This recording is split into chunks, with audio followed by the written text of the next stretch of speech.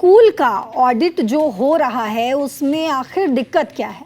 Audit होना, बच्चों के लिए स्कूल का सही होना तो जरूरी है, फिर ये बवाल आखिर क्यों चल रहा है?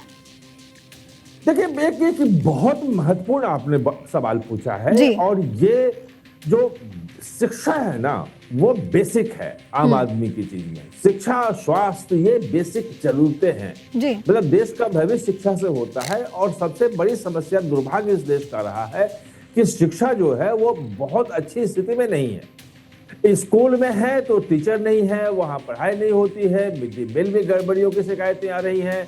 और जो एजुकेशन है वो कंकरेंट लिस्ट में बाद में लाया गया, लेकिन मूलतः ही अभी भी राज्यों के हाथ में है, राज्य का विषय है। वो राज्य की सूची में है संविधान में। अब वहां पे कई जगह पे ये समस्याएं बहुत ज्यादा हैं। जी। जो जनता को है, चिंता है, बच्चों को अगर पढ़ना है तो सरकारी स्कूलों में शिक्षक की, टीचर की, गुणवत्तापूर्ण टीचर की भर्ती होनी चाहिए, पर्याप्त संख्या में चाहिए, वहां पे टॉयलेट होना चाहिए, वहां पे बाकी सुविधाएं होनी चाहिए ताकि बच्चे पढ़ सके। अगर होगी तो बच्चे पढ़ेंगे कैसे? जी। अब जो ये कर रहे हैं कि ऑडिट के नाम की बात जो हुई है, ये बहुत अच्छी बात है। और जी। मैंने देखा है उत्तर प्रदेश में भी एक आदेश जो हुआ है, मैं देख रहा था कि जिसमें कोई भी शिकायत आती है अगर किसी भी स्कूल के बारे में, तो कलेक्टर तत्काल उसमें संज्ञान ले और उसको दूर करे।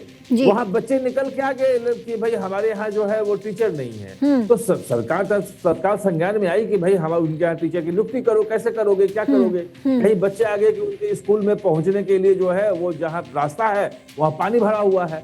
तो भाई ये तो बेसिक प्रॉब्लम है ना। कहीं पे टॉयलेट नहीं था स्कूल में, उसके लिए बच्चे जो है कर रहे हैं।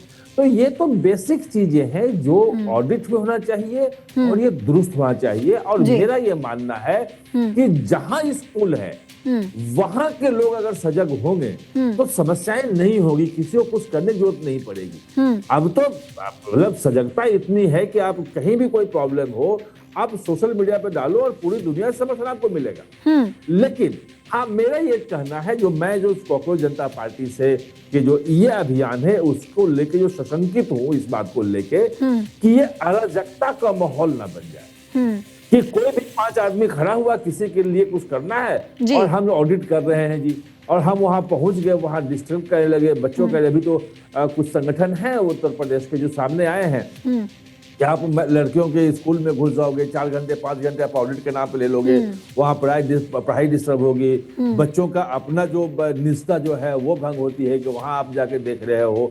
तो ये कौन लोग हैं? मतलब जो या तो पॉलिटिकल पार्टी है वहां पे सक्रिय, ये कॉकरोच जनता पार्टी के नाम से वो सचमुच में उसको आपने कोई दिया है, तब मतलब आई कार्ड है, कुछ है और उसको ये करने के लिए है। मुझे लगता है कि ये अराजकता की ओर चला जाएगा। जैसे दुरुपयोग हुआ था आरटीआई का। आरटीआई जो है बड़े अच्छे इंटेंशन से लाया गया एक्ट था कि जनता जानकारी ले सके, लेकिन आरटीआई एक्टिविस्ट हो गए जो जिनका काम था सुबह शाम तक आरटीआई लगाना।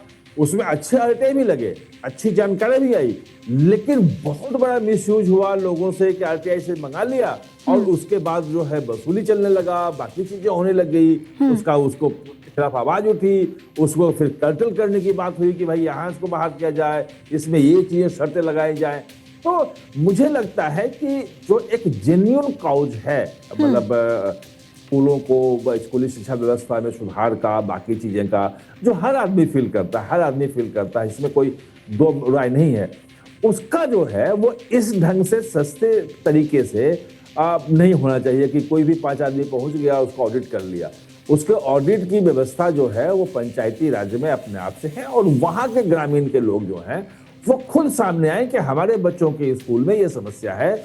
मुझे लगता है कि वो ज्यादा बेटर उपाय होगा, वो ज्यादा अच्छा रहेगा।